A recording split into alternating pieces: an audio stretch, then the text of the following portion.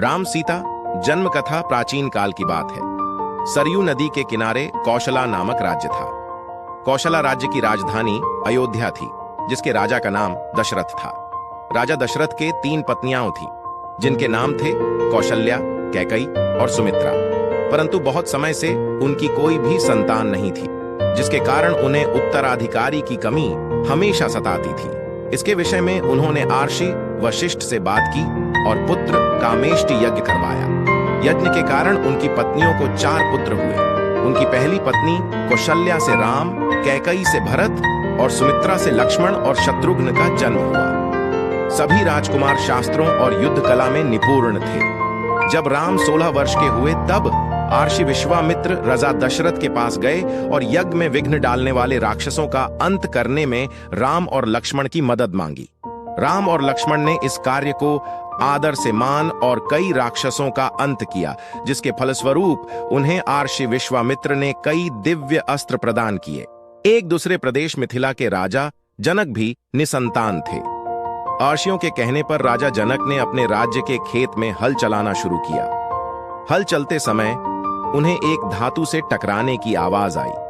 जब राजा जनक ने देखा तो उन्हें सित के कलश में एक कन्या जमीन में गड्ढी हुई मिली। उस कन्या को जैसी ही राजा जनक ने मिट्टी से निकाला, राज्य में बारिश होने लगी और उस कन्या को जनक अपने महल ले गए। सित के कलश में पाने के कारण उस कन्या का नाम सीता रखा गया।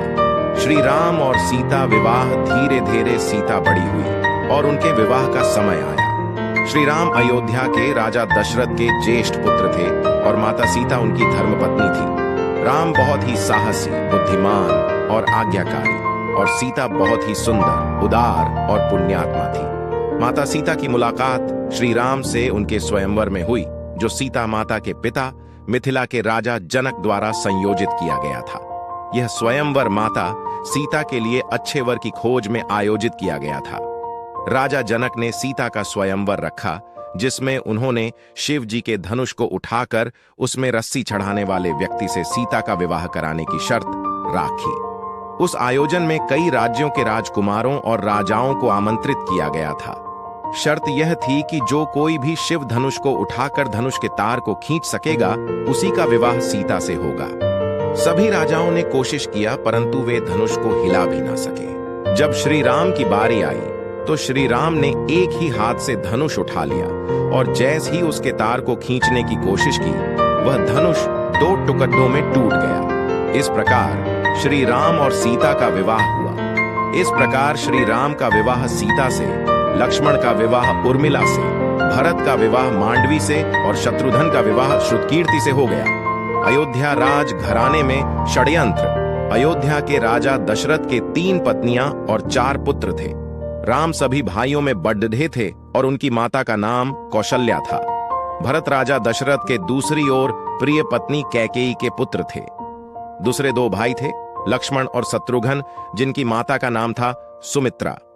जब राम को एक तरफ राज तिलक करने की तैयारी हो रही थी, तभी उसकी सौतेली मां कैकेयी अपने पुत्र भरत को अयोध्या का राजा बनाने का षड्यंत्र रच रही थी। यह षड्यंत्र बूढ़ी मंथरा के द्वारा किया गया था। रानी कैकेयी ने एक बार राजा दशरथ की जीवन की रक्षा की थी।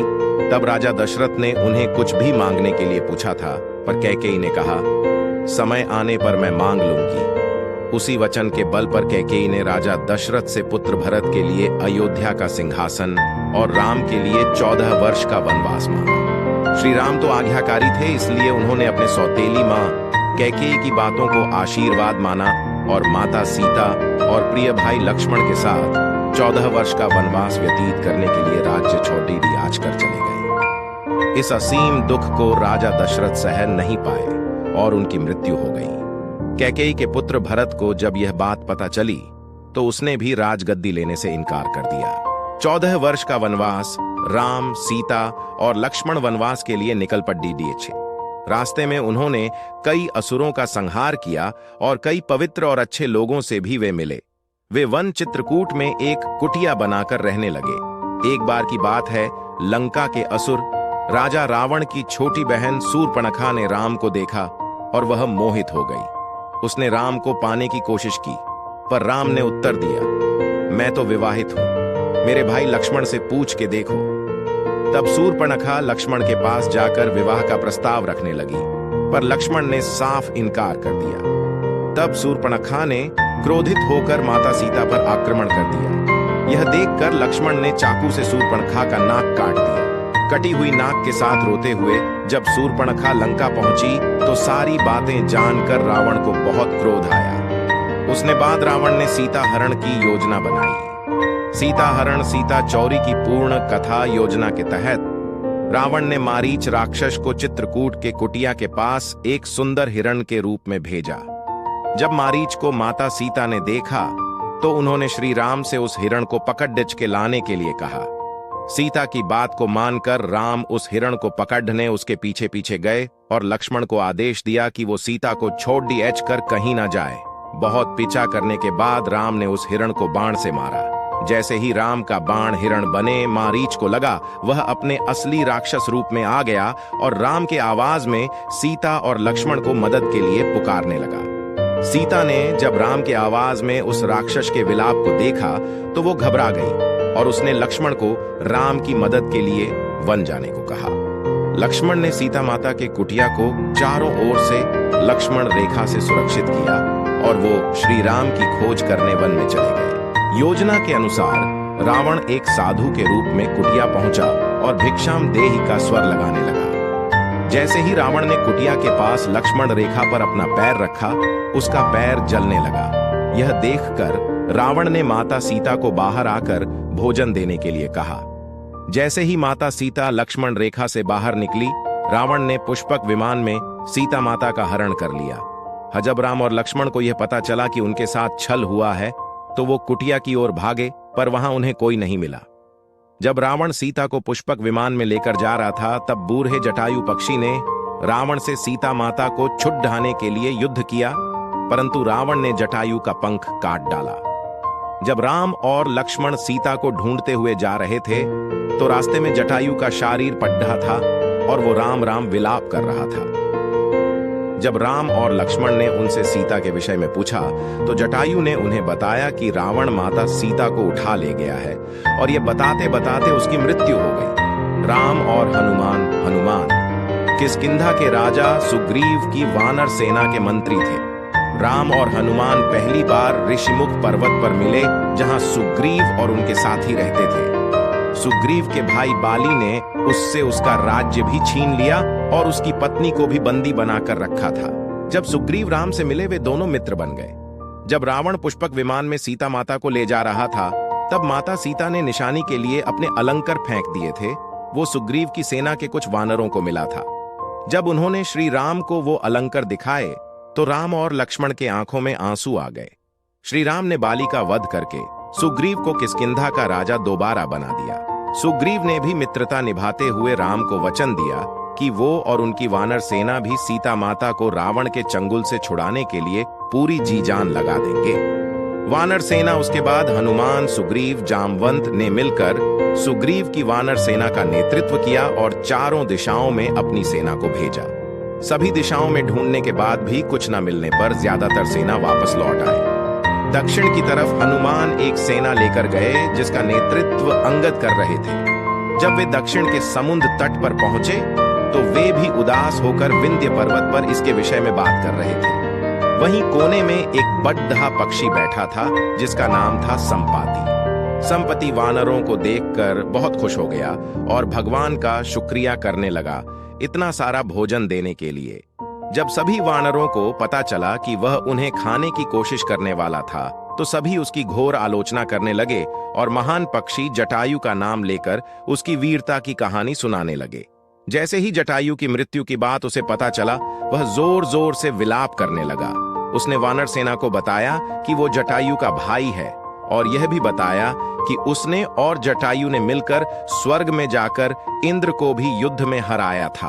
उसने यह भी बताया कि सूर्य की तेज किरणों से जटायु की रक्षा करते समय उसके सभी पंख भी जल गए और वह उस पर्वत पर गिर गया। संपाति ने वानरों से बताया कि वह बहुत ज्यादा जगहों पर जा चुका है और उसने यह भी बताया कि लंका का असुर राजा रावण ने सीता को अपहरण किया है और उसी दक्षिणी समुद्र के दूसरी ओर उसका राज्य है।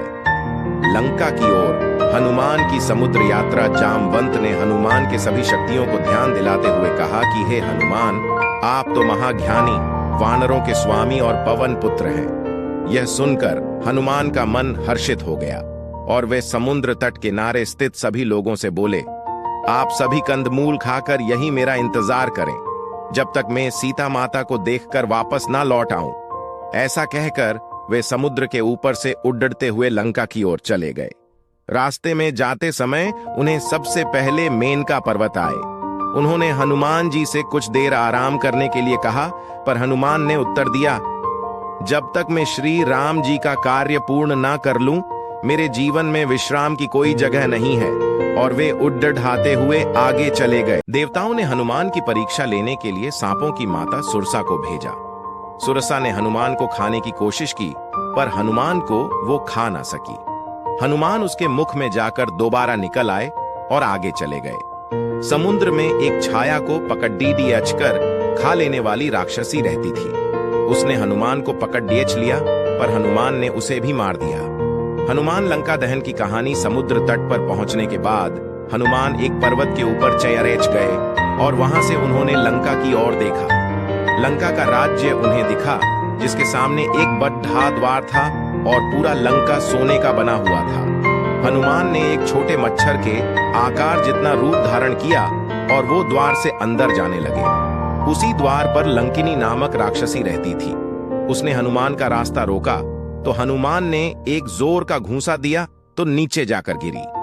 उसने डर के मारे हनुमान को हाथ जोड़ा और लंका के भीतर जाने दिया। हनुमान ने माता सीता को महल के हर जगह ढूंढा, पर वह उन्हें नहीं मिली। थोड़ी देर ढूंढने के बाद उन्हें एक ऐसा महल दिखाई दिया जिसमें एक छोटा सा मंदिर था, एक तुलसी का पौधा भी। हनुमान जी को यह देखकर अचंभे में पड़ गए और उन्हें यह जानने की इच्छा हुई कि आखिर ऐसा कौन है जो इन असुरों के बीच श्री राम का भक्त है। ये जानने के लिए हनुमान ने एक ब्राह्मण का रूप धारण किया और उन्हें पुकारा। विभीषण अपने महल से बाहर निकले और जब उन्होंने हनुमान को देखा तो वो बोले, हे महापुरुष, आपको देखकर मेरे मन में अत्यंत सुख मिल रहा है। क्या आप स्वयं श्री राम हैं? हनुमान ने पूछा, आप कौन हैं? विभीषण ने उत्तर दिया, मैं रावण का भाई विभीषण हूं। यह सुनकर हनुमान अपने असली रूप में आ गए और श्री रामचंद्र जी के विषय में सभी बातें उन्हें बताई। विभीषण ने निवेदन किया, हे पवन पुत्र, मुझे एक बार श्री राम से मिलवा दो। हनुमान ने उत्तर दिया, मैं श्री राम जी से जरूर मिलवा दूंगा, परंतु पहले मुझे यह बताए कि मैं जानकी माता से कैसे मिल सकता हूं। अशोक वाटिका में हनुमान सीता भेंट। विभीषण ने हनुमान को बताया कि रावण ने सीता माता को अशोक वाटिका में कैद करके रखा है। ये जानने के बाद हनुमान जी ने एक छोटा सा रूप धारण किया और वह अशोक वाटिका पहुंचे। वहां पहुंचने के बाद उन्होंने देखा कि रावण अपने दसियों के साथ उसी समय अशोक वाटिका में मेन पहुंचा और सीता माता को अपने ओर देखने के लिए साम दाम दंड भेद का उपयोग किया, पर तब भी सीता जी ने एक बार भी उसकी ओर नहीं देखा। रावण ने सभी राक्षसियों को सीता को डराने के लिए कहा, पर त्रिजटा नामक एक राक्षसी ने माता सीता की बहुत मदद और देखभाल की और अन्य राक्षसियों को भी डराया, जिससे अन्य सभी राक्षसी भी सीता की देखभाल करने लगे। कुछ देर बाद हनुमान ने सीता जी के सामने श्री राम की अंगूठी डाल दी। श्री राम नाम से अंकित अंगूठी देखकर सीता माता के आंखों से खुशी के अंशु निकल पड़े, परंतु सीता माता को संदेह हुआ कि कहीं यह रावण की कोई चाल तो नहीं। तब सीता माता ने पुकारा कि कौन है जो यह अंगूठी लेकर आया है। उसके बाद हनुमान जी प्रकट हुए, पर हनुमान जी को देखकर भी सीता माता को विश्वास नहीं हुआ। उसके बाद हनुमान जी ने मधुर वचनों के साथ रामचंद्र के गुणों का वर्णन किया और बताया कि वो श्री राम जी के दूत हैं। सीता ने व्याकुलता से श्री राम जी का हाल चाल पूछा। हनुमान जी ने उत्तर दिया, हे माते, श्री राम जी ठीक हैं और वे आपको बहुत याद करते हैं। वे बहुत जल्द ही आपको लेने आएंगे और मैं शीघ्र ही आपका संदेश श्री राम जी के पास पहुंचा दूंगा। तभी हनुमान ने सीता माता से श्री राम जी को दिखने के लिए चिन्ह मांगा, तो माता सीता ने हनुमान को अपने कंगन उतार कर दे दिए। हनुमान ने लंका दहन। हनुमान जी को बहुत भूख लग रहा था, तो हनुमान अशोक वाटिका में लगे पेड़ों के फलों को खाने लगे। फलों को खाने के साथ साथ हनुमान उन पेड़ों को तोड़ने लगे। तभी रावण के सैनिकों ने हनुमान पर प्रहार किया, पर हनुमान ने सबको मार डाला। जब रावण को इस बात का पता चला कि कोई बंदर अशोक वाटिका में उत्पात मचा रहा है, तो उसने अपने पुत्र अक्षय कुमार को भेजा हनुमान का वध करने के लिए, पर हनुमान जी ने उसे क्षण भर में ऊपर पहुंचा दिया। कुछ देर बाद जब रावण को अपने पुत्र की मृत्यु का पता चला, वह बहुत ज्यादा क्रोधित हुआ। उसके बाद रावण ने अपने ज्येष्ठ पुत्र मेघनाद को भेजा। हनुमान के साथ मेघनाद का बहुत ज्यादा युद्ध हुआ, पर कुछ न कर पाने के बाद मेघनाद ने ब्रह्मास्त्र चला दिया। ब्रह्मास्त्र का सम्मान करते हुए हनुमान स्वयं बंधक बन गए। हनुमान को रावण की सभा में लाया गया। रावण हनुमान को देखकर हंसा और फिर क्रोधित होकर उसने प्रश्न किया, रे वानर, तूने किस कारण अशोक वाटिका को तहस नहस कर दिया? तूने किस कारण से मेरे सैनिकों और पुत्र का वध कर दिया? क्या तुझे अपने प्राण जाने का डर नहीं है? यह सुनकर हनुमान ने कहा, हे रावण, जिसने महान शिव धनुष को पल भर में तोड़ देख डाला, जिसने खर, दूषण, त्रिशिरा और बाली को मार गिराया, जिसकी प्रिय पत्नी का तुमने अपहरण किया, मैं उन्हीं का दूत हूं। मुझे भूख लग रहा था, इसलिए मैंने फल खाए और तुम्हारे राक्षसों ने मुझे खाने नहीं दिया, इसलिए मैंने उन्हें मार डाला। अभी भी समय है, सीता माता को श्री राम को सौंप दो और क्षमा मांग लो। रावण हनुमान की बता सुनकर हंसने लगा और बोला, रे दुष्ट, तेरी मृत्यु तेरे सिर पर है। ऐसा कहकर रावण ने अपने मंत्रियों को हनुमान को मार डालने का आदेश दिया। यह सुनकर सभी मंत्री हनुमान को मारने दौड़े। तभी विभीषण वहां आ पहुंचे और बोले, रुको, दूत को मारना सही नहीं होगा, यह नीति के विरुद्ध है, कोई और भयानक दंड देना चाहिए। सभी ने कहा, बंदर का पूंछ उसको सबसे प्यारा होता है, क्यों ना तेल में कपड़ा डुबाकर इसकी पूंछ में बंधकर आग लगा दिया जाए। हनुमान की पूंछ पर तेल वाला कपड़ा बंधकर आग लगा दिया गया। जैसे ही पूंछ में आग लगी, हनुमान जी बंधन मुक्त होकर एक छत से दूसरे में कूदते गए और पूरी सोने की लंका में आग लगा के समुद्र की ओर चले गए और वहां अपनी पूंछ पर लगी आग को बुझा दिया। वहां से सीधे हनुमान जी श्री राम के पास लौटे और वहां उन्होंने श्री राम को सीता माता के विषय में बताया और उनके कंगन भी दिखाए। सीता माता के निशानी को देखकर श्री राम भावुक हो गए। प्रभु राम सेतु बंध अब श्री राम और वानर सेना की चिंता का विषय था। कैसे पूरी सेना समुद्र के दूसरे ओर जा सकेंगे? श्री राम जी ने समुद्र से निवेदन किया कि वे रास्ता दें ताकि उनकी सेना समुद्र पार कर सके, परंतु कई बार कहने पर भी समुद्र ने उनकी बात नहीं मानी। तब राम ने लक्ष्मण से धनुष मांगा और अग्निबाण को समुद्र पर साधा, जिससे कि पानी सूख जाए और वे आगे बढ़ सकें। जैसे ही श्री राम ने ऐसा किया, समुद्र देव डरते हुए प्रकट हुए और श्री राम से माफी मांगी और कहा, हे नाथ, ऐसा ना करें, आपके इस बाण से मेरे में रहते वाले सभी मछलियां और जीवित प्राणी का अंत हो जाएगा। श्री राम ने कहा, हे समुद्र देव, हमें यह बताएं कि मेरी यह विशाल सेना इस समुद्र को कैसे पार कर सकते हैं? समुद्र देव ने उत्तर दिया, हे रघुनंदन राम, आपकी सेना में 2 वानर हैं, नल और नील। उनके स्पर्श करके किसी भी बड्ढे से बड्ढे चीज को पानी में तैरा सकते हैं। यह कहकर समुद्र देव चले गए। उनकी सलाह के अनुसार नल और नील ने पत्थर पर श्री राम के नाम लिखकर समुद्र में फेंक के देखा तो पत्थर तैरने लगा। उसके बाद एक के बाद एक करके नल नील समुद्र में पत्थर को समुद्र में फेंकते रहे और समुद्र के अगले छोर तक पहुंच गए। लंका में श्री राम की वानर सेना, श्री राम ने अपनी सेना के साथ समुद्र किनारे डेरा डाला। जब इस बात का पता रावण की पत्नी मंदोदरी को पता चला तो वो घबरा गई और उसने रावण को बहुत समझाया, पर वह नहीं समझा और सभा में चले गया।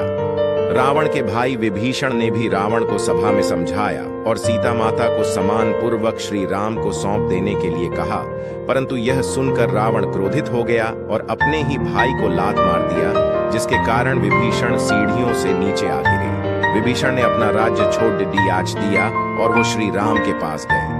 राम ने भी खुशी के साथ उन्हें स्वीकार किया और अपने डेरे में रहने की जगह दी। आखिरी बार श्री राम ने बाली पुत्र अंगद कुमार को भेजा, पर रावण तब भी नहीं माना। युद्ध आरंभ हुआ। श्री राम और रावण की सेना के बीच भीषण युद्ध हुआ। इस युद्ध में लक्ष्मण पर मेघनाद ने शक्ति बाण से प्रहार किया था, जिसके कारण हनुमान जी संजीवनी बूटी लेने के लिए हिमालय पर्वत गए, परंतु वे उस पौधे को पहचान ना सके, इसलिए वे पूरा हिमालय पर्वत ही उठा लाए थे। यहां तक कि रावण के भाई कुंभकर्ण जैसे महारथी असुर को भी भगवान राम ने अपने बाण से मार डाला। इस युद्ध में रावण की सेना के श्री राम की सेना प्रसत कर देती है और अंत में श्री राम रावण के नाभि में बाण मारकर उसे मार देते हैं और सीता माता को छुड़ा लाते हैं। श्री राम विभीषण को लंका का राजा बनाते देते हैं, परंतु राम माता सीता से मिलने से पूर्व उनकी अग्नि परीक्षा लेते हैं। उसके बाद श्री राम सीता और भाई लक्ष्मण के साथ अपने राज्य 14 वर्ष के वनवास से लौटते हैं। उसके बाद श्री राम को अयोध्या का राजा घोषित किया गया और उनका जीवन खुशियों से बीत रहा था। कुछ समय बाद माता सीता गर्भवती हो जाती है, परंतु जब राम लोगों के मुख से अग्नि परीक्षा के विषय में सुनते हैं, वह माता सीता को अयोध्या छोड़ डडिच कर चले जाने को कहते हैं। माता सीता को इस बात से बहुत दुख होता है। महर्षि वाल्मीकि उन्हें अपने आश्रम में आश्रय देते हैं। लवकुश का जन्म वही माता सीता 2 पुत्रों को जन्म देती है, जिनका नाम लव और कुश दिया गया। लव और कुश ने महर्षि वाल्मीकि से पूर्ण रामायण का ज्ञान लिया। वे दोनों बालक पराक्रमी और ज्ञानी थे। अश्वमेध यज्ञ श्री राम ने चक्रवर्ती सम्राट बनने और अपने पापों से मुक्त होने के लिए अश्वमेध यज्ञ किया। यह यज्ञ करने का सुझाव उनके छोटे भाई लक्ष्मण ने दिया था। इस यज्ञ में एक घोड़े को स्वच्छंद रूप से छोड़ा जाता था। वह घोड़ा जितना ज्यादा क्षेत्र तक जाता था, उसे राज्य में सम्मिलित कर दिया जाता था। इस यज्ञ को पत्नी के बिना नहीं हो सकता था, इसलिए श्री राम ने माता सीता का स्वर्ण मूर्ति भी बनवाया था। जब श्री राम का घोड़ा स्वच्छंद रूप से छोड़ा गया, तब वह भी एक राज्य से दूसरे राज्य में गया। जब वह घोड़ा महर्षि वाल्मीकि के आश्रम के पास पहुंचा, तो लवकुश ने उसकी सुंदरता देखकर उसे पकड़ डीच लिया। जब राम को पता चला, तो उन्होंने अपनी सेना को भेजा, परंतु लवकुश से युद्ध में सब हार गए। जब राम वहां पहुंचे, तो उन्होंने उन बालकों से पूछा कि वह किसके पुत्र हैं। तब लवकुश ने माता सीता का नाम लिया। जब राम ने यह सुना, तो उन्होंने बताया कि वह उनके पिता हैं। यह सुनकर लवकुश भी बहुत खुश हुए और राम से गले मिल गए। उसके बाद वे माता सीता से आश्रम जाकर मिले। उसके बाद श्री राम माता सिठ और लवकुश को लेकर अयोध्या लौट आए। आशा करते हैं आपको रामायण की यह कथा संक्षिप्त